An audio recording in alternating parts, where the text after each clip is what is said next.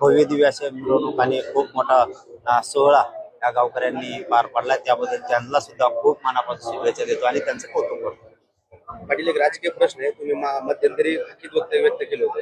अजित पवार गटातल्या काही नेत्यांचे विकेट पडताना दिसत आहेत सध्या. एक व्हिडिओ व्हायरल होतो. आज चांगला दिवस आहे, आपण थोडं आज या विषयावर बोललंच नाही पाहिजे, परंतु आता काय आहे की हे डावपेच असतील त्यांचे, मुद्दाम म्हणून काहीतरी गाड्या करायच्या आणि स्वतःहूनच काहीतरी उभा करायचं कुबान आणि चांगल्या मंत्र्यांच्या विकेट पडायच्या आणि घाण घाण सांभाळायची, हा सुद्धा डाव असू शकतो अशी शंका येते.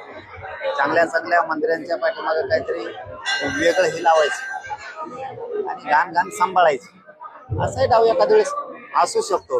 आता त्या काही जण तर त्या बाबाच्याच नादी लागले, मग आता त्या बाबाकडे कोण कोण होते हे पण पूर्ण बाहेर काढले पाहिजे ना. समाज प्रक्रियेतून, राजकारणाच्या प्रक्रियेतून तर बाहेर काढलेच पाहिजेत. कोण कोण त्या बाबाच्या संपर्कात त्यांना सगळ्यांना साधा फोटो जरी असेल तरी पण, आणि त्याची सखोल चौकशी केली पाहिजे की हा तिथं का जात होता, रक्ताने हात भरलेले सुद्धा तिथं होते. हे असे समाज प्रक्रियेतून आणि राजकीय प्रक्रियेतून पूर्ण बाहेर काढले पाहिजे, पूर्ण, तरच देवेंद्र फडणवीस साहेबांचं खरं सरकार. फडणवीसांचं कौतुक केलंय तुम्ही. नाही, मी आज नाही, जार निघाल्यापासून करतो, पण हे पण सांगतोय कौतुक केलंय याचा अर्थ असा नाही की तुम्ही प्रमाणपत्र वाटप नाही करणार, तुम्हाला त्यापेक्षा दुप्पट जड जाईल. खूप मोठ्या समस्येला, खूप मोठ्या आंदोलनाला फडणवीस साहेबांना सामोरं जायला लागत, त्यावेळेस इतके हाल होतील त्यांचे की त्यांनी कधी स्वप्नात बघितलं नसेल, इतके हाल होतील. इतकं प्रचंड मोठं आंदोलन उभा राहू शकतं, कारण त्यांनी JR काढलाय, तर मग आता आरक्षण मराठवाड्यातल्या मराठ्याला दिलं पाहिजे, पश्चिम महाराष्ट्राला JR काढत राहिलाय, तो पण काढला पाहिजे.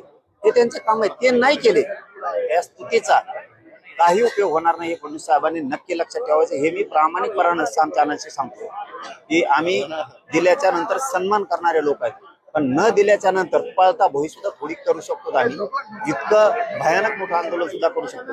कारण नाराजीतून, रोषातून तयार झालेलं आंदोलन पुन्हा फडणवीसांना परवडणारा नाहीये, म्हणून त्यांनी स्वतःहूनच समाजाच्या जे आमचे प्रश्न आहेत ते तातडीनं सोडले पाहिजेत.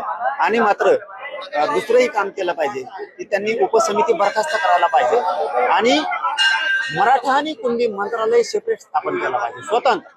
कारण ही समिती असून काहीच उपयोग होय ना आम्हाला, म्हणून आम्ही बरखास्त म्हणतोय. काही म्हणते का बरखास्त करा म्हणताय, कारण विखे पाटील काहीच काम करत नाही, त्यांना वेळच नाहीये काम करायला. त्यांना वेळ आहे ना, जे बिगर कामे आहेत त्यांना विशेष निमंत्रण देऊन बोलवायचं, याच्या वेळे मराठवाड्यात उपसमितीची बैठक लावून प्रश्न मार्गी काढायचा, याच्यासाठी त्यांना वेळ नाहीये. कुणबी प्रमाणपत्र किती दिलेत हे बघायला त्यांना वेळ नाहीये. त्यांना गॅजेटनुसार किती प्रमाणपत्र निघालेत याच्यात वेळ नाहीये. व्हॅलिडिटी का रोखल्यात, मराठ्यांच्या पूर आता नोकऱ्यात आहेत, शिक्षणात आहेत, का रोखल्यात हे विचारायला वेळ नाही. उपसमिती म्हणजे काय, मग मराठ्यांच्या सगळ्या अडचणी दूर करणे